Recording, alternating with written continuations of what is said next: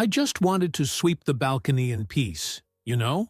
It was an ordinary Monday, the kind where you try to ignore adult life knocking at the door with electricity bills, city taxes, and the infernal noise of the neighbor's lawnmower. But the peace here lasts what, 5 minutes? Because who shows up out of the blue in a ridiculous beige blazer with a piece of paper in her hand like she's a lawyer from a Mexican soap opera? She herself, the liquidator of the apocalypse. That woman who thinks she's a judge, a delegate, a real estate agent, and even the divine authority over the neighborhood. She stopped at my gate with the posture of someone handing over an FBI subpoena. "Here's the warrant," she said, holding out the paper as if it were the Constitution of the United States. It was a poorly formatted document, with the HOA logo poorly cut out and a signature that looked like it had been done by a 3-year-old on a sugar high. The paper said that I was in serious violation of community standards for, get this, hanging a flag on my balcony.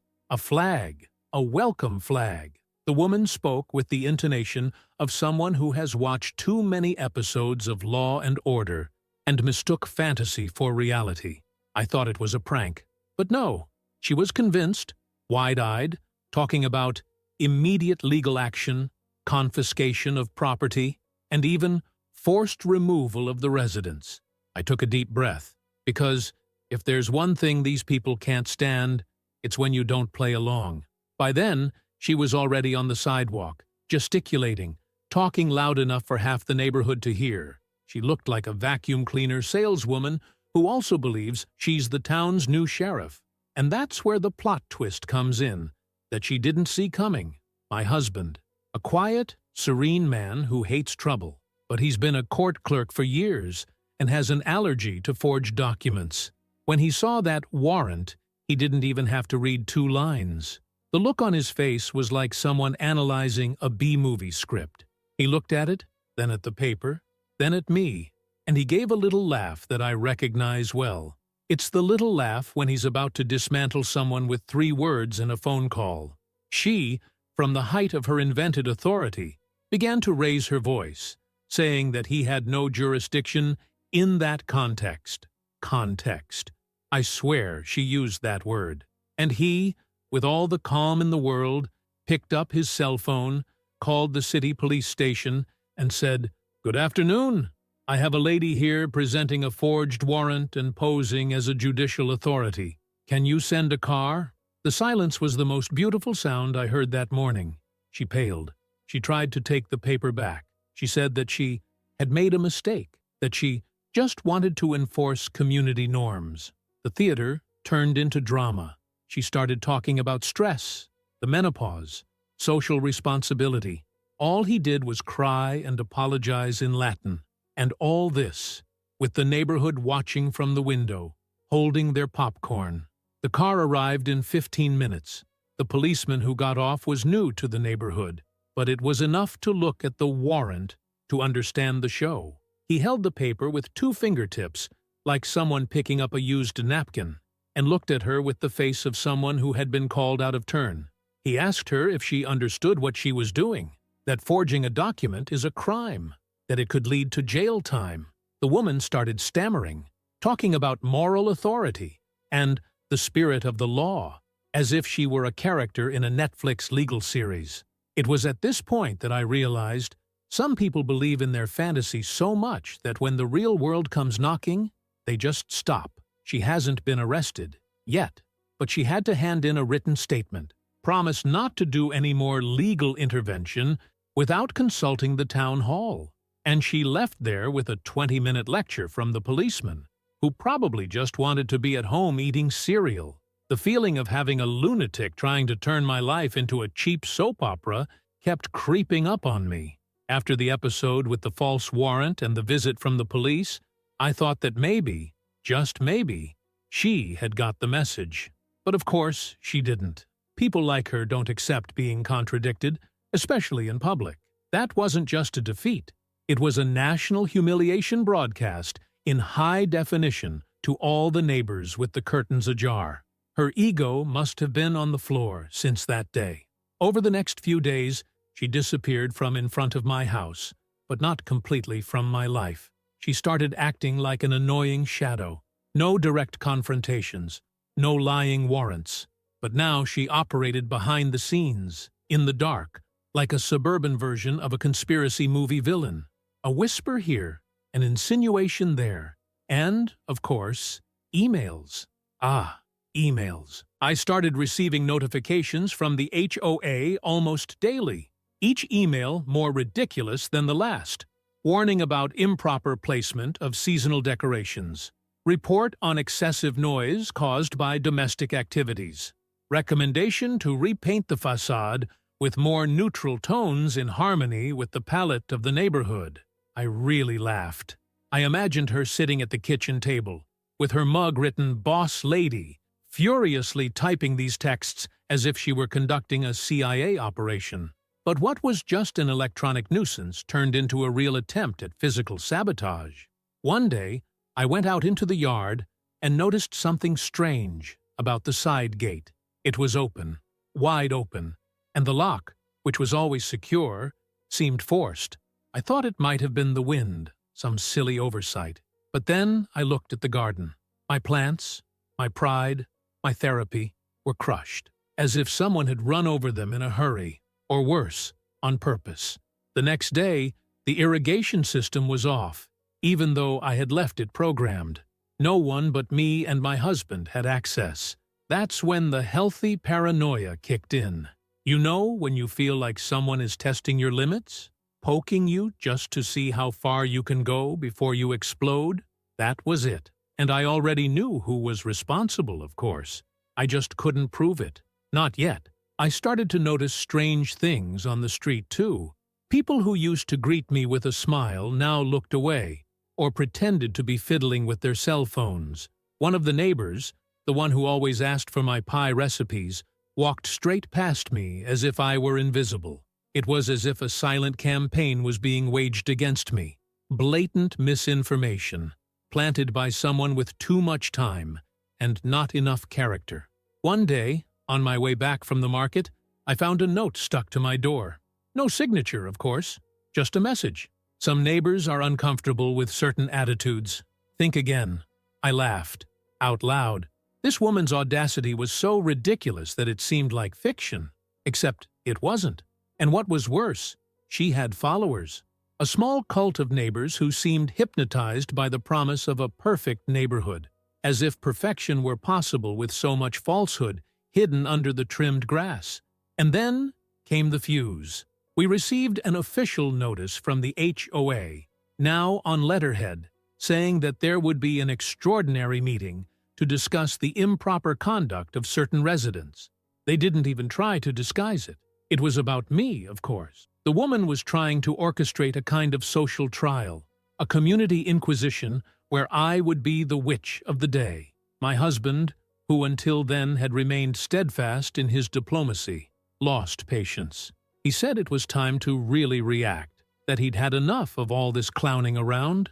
He decided to go to the meeting, and he took a briefcase, full of copies, printouts of emails, photos of the destroyed garden, irrigation reports, call logs, everything. When he walked into that little community room with those little white plastic chairs, he was a meteor in the direction of the forced peace of the neighborhood. While the woman tried to give a speech about community values, he simply opened his briefcase and started handing out documents like a card dealer. He laid out every detail with the debauched calm of someone who knows he's winning. The mood in the room changed. People who had previously looked away began to stare. Some coughed, others stirred in their seats, and some even whispered. She tried to counter-argue, of course. She said she was being persecuted, that it was all a misunderstanding, that it was a plot against order. But the more she talked, the more she got wound up. It was beautiful to watch. After that night, the emails stopped. The strange movement at the gate stopped. The neighbors started smiling again, albeit a little half-heartedly. But I knew it. This wasn't a defeat. It was a pause. And she wasn't the kind of person to accept losing. Her wounded pride was fuel, and I could feel in the air that she was already preparing her next act. because people like that don't rest until they see the world the way they think it should be. The calm that followed the meeting didn't fool me for a second. It was that strange silence before the storm, the kind of lull that only exists to make you let your guard down. And look, she even pretended very well. She disappeared from the streets for a few days, didn't send any more emails, stopped watching my yard as if I were the CIA monitoring an internal enemy. But you can sense when someone is still up to something, and she was. Because the kind of people who believe they have a divine calling to organize other people's lives don't know how to back down with dignity. They only know how to retreat in order to recalibrate. And then, on a morning that seemed absolutely normal, sunshine, birds, freshly brewed coffee, my husband bumps his forehead on the envelope he found in the mailbox. "Look at this," he said, throwing the paper on the table like a wet shoe. It was an urgent notice from the HOA, signed by her, but now with another name stamped on it, legal representative of the Neighborhood Disciplinary Committee. She had invented a committee, created a parallel structure within the HOA. What's more, she had put my name down as a behavioral review target. I laughed, a dry, tired laugh, the kind that comes when you realize you're living in a bad comedy episode. She had invented a new position for herself, just to continue the war. Now, apparently, she was some kind of spiritual overseer of the neighborhood, and me, the evil spirit. But what really got me was the content of the communiqué. She said that my hostile and disrespectful behavior was threatening the harmony of the community. She used expressions like toxic environment and problematic resident. He said that my presence was a risk to the collective well-being. If you read it without knowing the story, you'd think I was selling drugs on the corner or keeping a paintball field in my backyard. The whole thing was so absurd that I wanted to frame it and put it on my living room wall. But then, of course, came the practical consequences. First, they canceled my participation in community meetings. Yes, I was banned from a WhatsApp group that discussed tree pruning and June festivals. Then, new rules began to appear, clearly designed to target me. Now I could no longer hang decorations without prior approval. The garbage cans had to be of a specific model. Guess what? Mine wasn't. And even the time for mowing the lawn had been limited. And guess what? It coincided exactly with the time I always used. It started to get surreal. There was even a notification saying that I was using too much water. That's right. She measured the time it took me to water the plants and notified the HOA that I was impacting the region's water resources. A woman who, by the way, used automatic sprinklers that looked like they came off a golf course. Hypocrisy was not enough. But the height of the madness came on a Saturday afternoon. We were having lunch on the veranda when two men in suits knocked on the gate. They said they were there to carry out an urban compliance inspection. I asked who had called them, and one of them, with the most cynical face in the world, pointed to her name on the form. She had reported my house for possible irregular activity and asked for an inspection by the town hall. She claimed that there were suspicious movements and a structure outside the urban standard. All lies, of course, but the process was opened, and they had to check. I had to open up the whole house to the guys, show them every corner, every socket, every inch of the yard. They didn't find anything, obviously. They only left with a timid apology and a, "We recommend that you file a formal complaint if this happens again." As if I had time to live at the police station just because some bored woman decided to make me enemy number one in the community. It got to me, and I'm not going to pretend it didn't. I started walking around the house with that horrible feeling that everything was being watched. I put up security cameras, changed the locks, installed alarms that I didn't even know how to use properly. I started going out less, interacting less, because every neighbor now seemed like a possible spy. It was like living in a reality show where the only rule was to give me hell. Only this time, I decided I wasn't going to sit back and wait for the next scam. I started investigating too. I scoured the HOA bylaws, read every line with the patience of a monk. And guess what? It was violating almost half of the very regulations it kept citing. The creation of a disciplinary committee had no basis, in fact. It was as real a fabrication as that fake warrant. What's more, I discovered that she had used the association's funds to print flyers, pay the 2 suits at the inspection, and, amazingly, hire a community behavior consultant, a coach, basically, a neighborhood coach. And there, in the middle of all that paperwork, I found what I needed, a loophole, an item saying that any resident can request an emergency meeting to discuss administrative irregularities. And that's exactly what I did. I filed the official request, stuck copies in every mailbox, and summoned all the residents. If she wanted war, now it would be with an audience. The meeting was scheduled for a Sunday, 3 in the afternoon, because I knew it was the sacred nap time of most of the residents, especially hers. But I didn't just want attendance. I wanted attention. I wanted people there with minds fresh enough to process every absurdity that was about to come out of my mouth. And it worked. At the appointed time, almost everyone was there. Some out of curiosity, others out of pure desire to see blood, which I honestly don't judge. After months of being the target of that woman's antics, I think the whole neighborhood was ready to watch her take the fall she deserved. She arrived with her papers and that hideous clipboard with a Leadership Matters sticker on it, as if she were still in charge of something. She sat on the edge of the table as if she were the queen waiting for her subjects. Her debauched gaze swept the room as if she'd already won before she'd even started. Her ego was a kind of autonomous creature, fed on cookies of imaginary authority. I stood there like someone pulling out a rotten tooth, disgusted but determined. When the meeting started, she tried to take over the speech. She raised her voice, called it a strategic meeting, and started throwing around those words that only serve to confuse people who have never paid attention to anything: cohesion, emotional security, community stability. I let her wind herself up, inflate herself, pretend she was in control.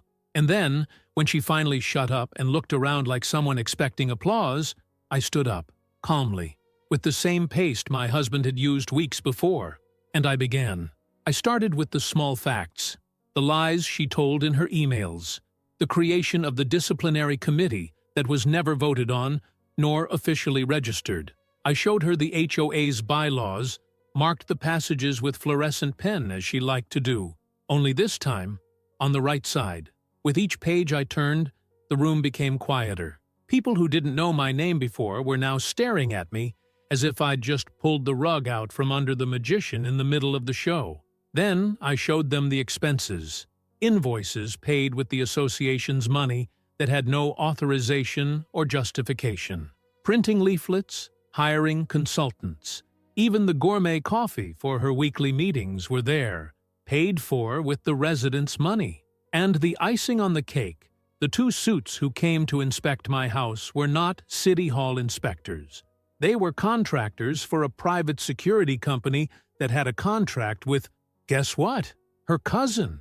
The woman was setting up a cartel of paranoia and nepotism in the middle of the suburb. She tried to interrupt. She tried to laugh, to mock, to say that it was all an attempt to destabilize order. But I didn't give her any space, because there came a point when she herself no longer believed the nonsense she was saying. And then came the most delightful moment of the afternoon. One of the old members of the HOA, a gentleman who never said anything but good morning, stood up and said that he was asking for a formal motion to remove him from office. Silence. The woman paled. The clipboard fell off the table. Other residents began to support her. One by one, those she thought she controlled turned against her. They remembered the abusive fines, the widespread gossip, the cameras she had suggested installing to monitor behavior. It became a parade of repressed grievances. It was as if the whole neighborhood had accumulated years of petty tyranny, and there, on that Sunday, had decided to spit it all out at once. She left the room without saying a word. She picked up her bag, left her clipboard, and walked away with the hurried gait of someone who knows they've lost everything. And she did. 3 days later, we received official notice of her resignation. And not only that, the City Council also opened an investigation into the misuse of the association's resources. They found that she had been manipulating reports, omitting documents, and inventing expenses for at least 2 years. The new HOA administration, set up in a hurry with normal people, the kind who just want to mow the lawn and not be bothered, began an auditing process. Her emails were deactivated, the cameras she suggested were uninstalled, and the WhatsApp group was recreated with a new name. Neighborhood in Peace. Never has a name been so well chosen. You know what's curious? After she disappeared, the street changed. The atmosphere, the sound of conversations, even the dogs seemed to bark less aggressively, as if everyone had taken an invisible weight off their backs. I went back to planting in the garden, hung up my decorations again, and started laughing out loud without fear of appearing disharmonious. She still lives in the neighborhood, but she's never met my eyes again. She leaves the house discreetly, avoids the street, and walks with her head down. The queen has lost her throne, and more than that, she's lost the kingdom she herself invented. Her life now comes down to pretending that nothing happened, when everyone knows exactly what happened. I keep watering my plants, barbecuing on the balcony, and smiling every time I think that, in the end, all she wanted was control.